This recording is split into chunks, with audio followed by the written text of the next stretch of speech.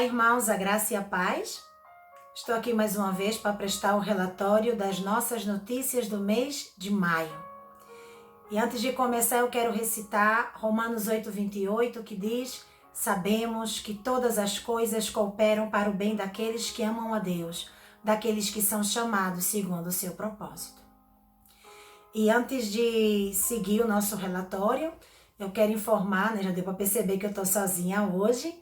Afonso está com estresse, está fazendo tratamento, então vamos ver como é que ele vai se recuperando, né, para estar nos próximos vídeos. Então esteja orando por ele.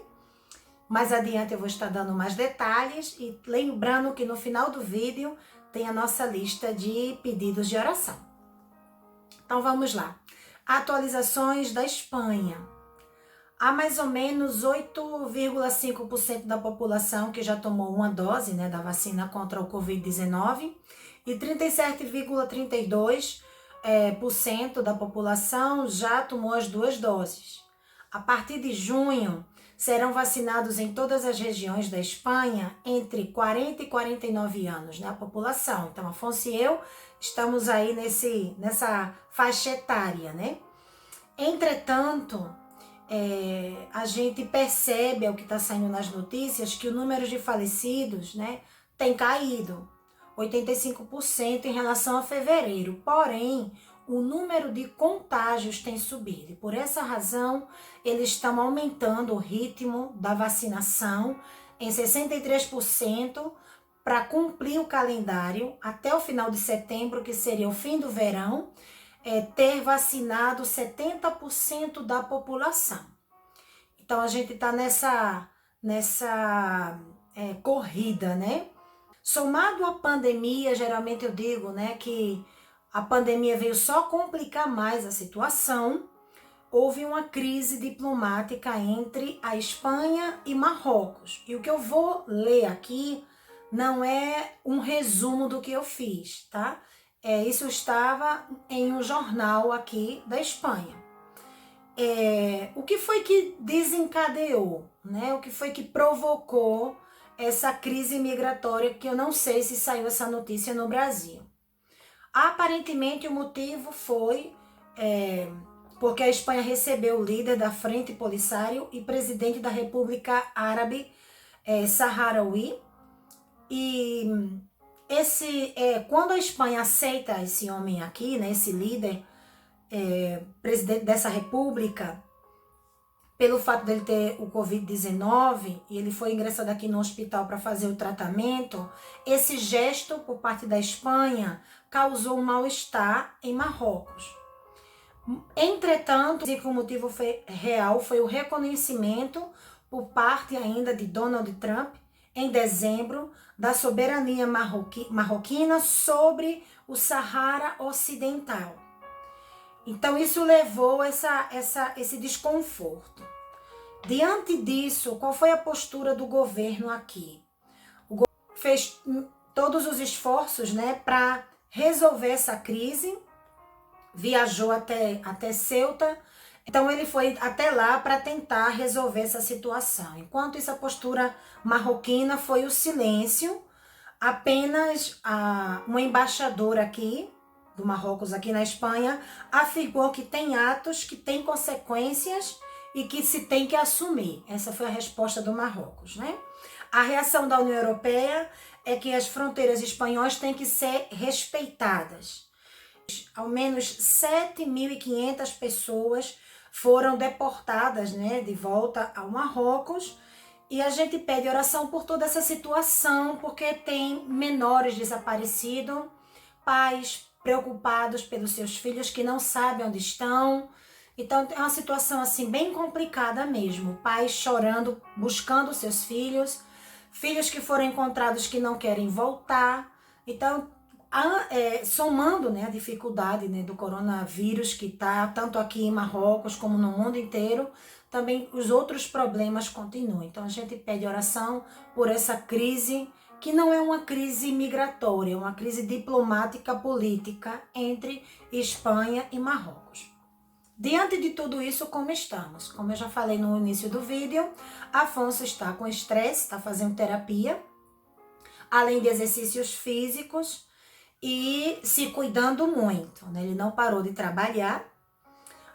Também somado a isso, a minha sogra teve problema nos 2 joelhos, inchou. Ela está fazendo um tratamento, fez uma ressonância magnética e está esperando o resultado dos exames. O meu sogro, na medida do possível, está bem. Então, no final do vídeo, lembrando que tem a nossa lista de pedidos de oração.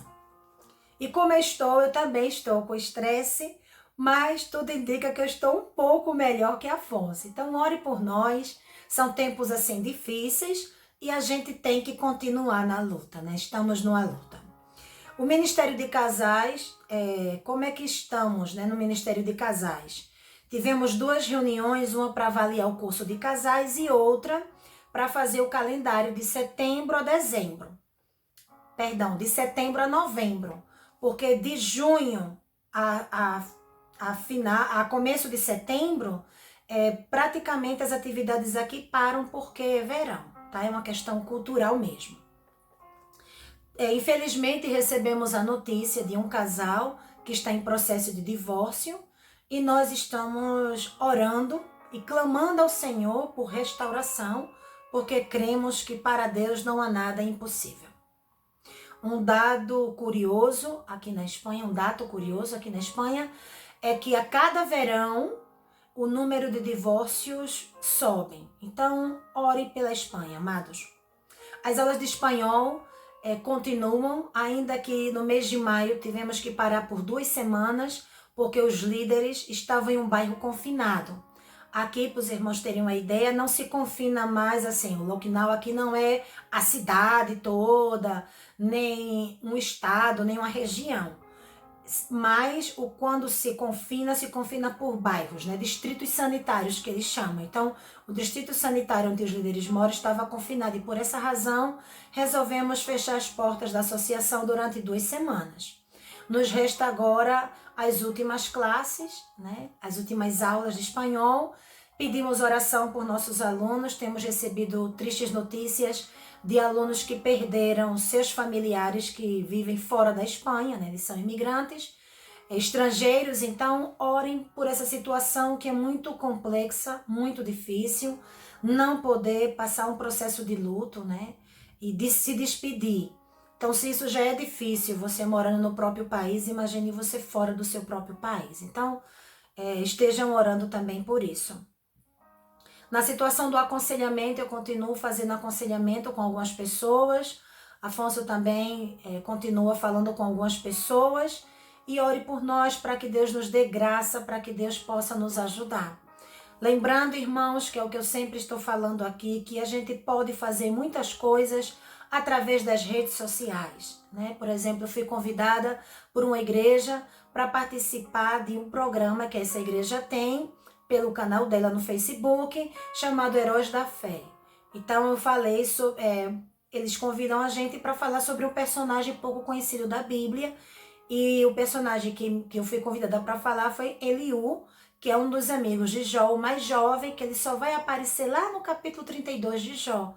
Então é uma experiência assim diferente e são ferramentas que a gente pode continuar usando para abençoar. Use suas redes sociais para abençoar.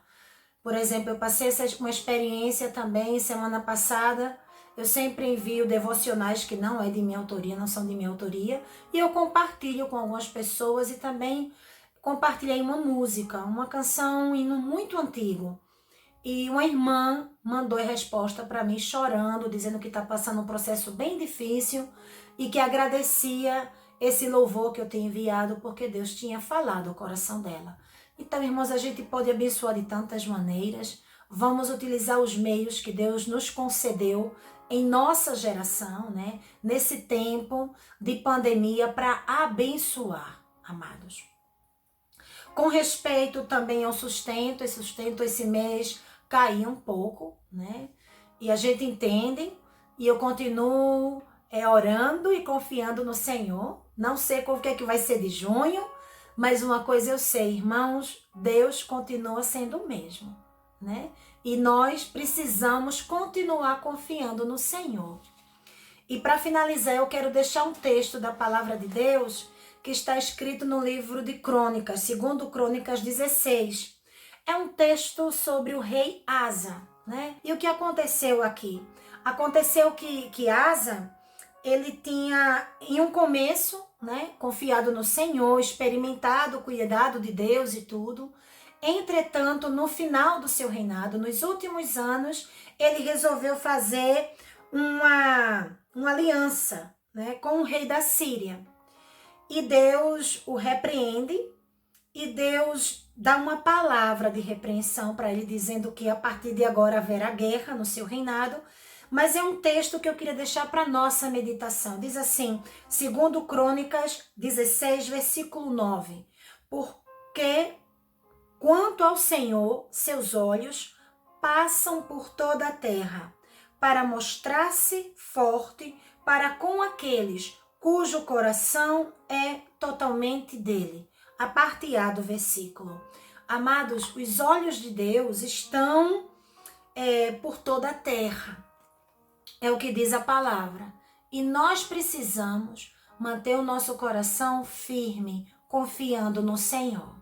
Lembrando que a nossa confiança, irmãos, não está nos partidos políticos, nem do governo, nem em denominação, nem em organizações. A nossa confiança precisa estar cada dia no Senhor de nossas vidas. Então, aprendamos com o rei Asa, né, com o seu erro, que foi já no final do seu reinado, confia mais na aliança que ele podia ter com o rei da Síria do que no Senhor, que já tinha demonstrado a ele que Deus é o nosso Deus que peleja as nossas batalhas. Então, eu quero deixar essa palavra de ânimo, essa palavra de confiança no nome do Senhor. Que Deus te abençoe e até a próxima. Fica na paz.